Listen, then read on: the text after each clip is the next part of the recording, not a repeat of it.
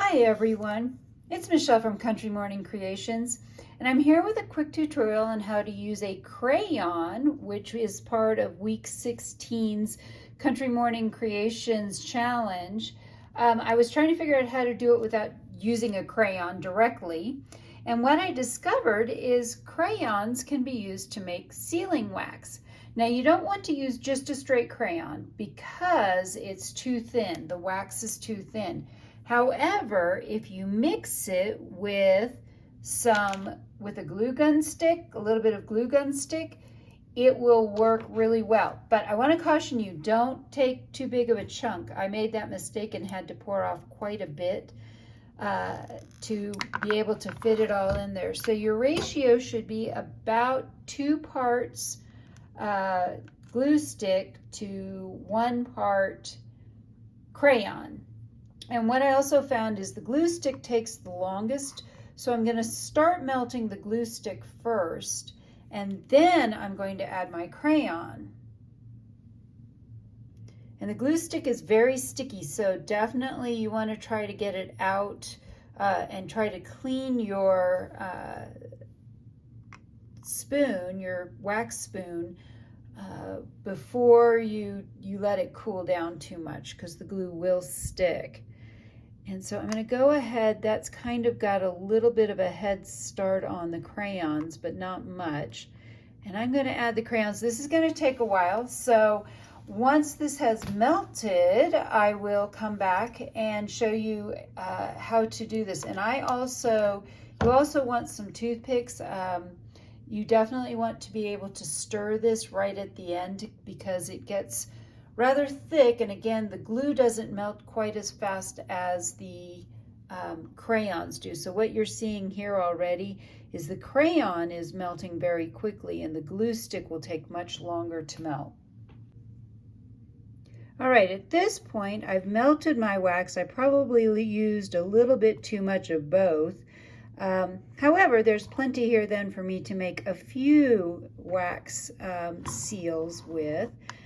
So I'm just moving this over a little bit.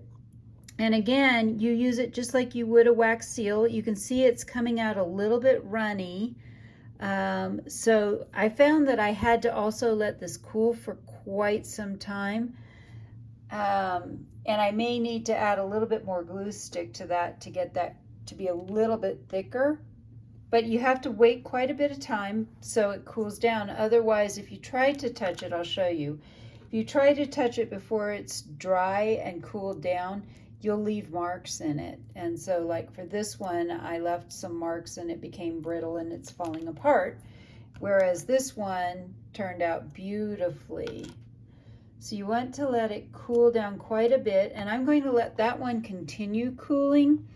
And I'm going to try to make a second one right next to it. I'm going to stir this again one more time as well, just to make sure everything is all stirred up. You may find that maybe taking it off and letting it cool down just a little bit would help as well. That might be the thing to do. So this definitely takes a few tries to get it right. I do like to use something to scrape it out with. So we're going to try a second one very close. Hopefully I won't have them run into each other. All right, I'm going to set that aside, grab my rose stamp again, and this time I'm going to try to set it down. There we go. So now I will have made 2 rose stamps out of that set. Let me wipe this off before I try to do this.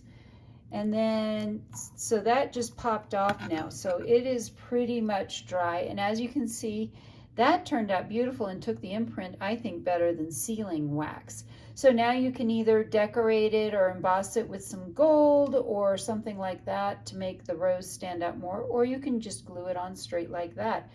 Interestingly enough, this actually feels much lighter also than a regular sealing wax stamp. So we'll take a look at the last one, and that one turned out beautifully as well. So those are some ways that you can actually use crayons to make custom colored sealing wax if you don't have any on hand. So I hope you've enjoyed this little quick tutorial, and I hope I've inspired you to be creative today.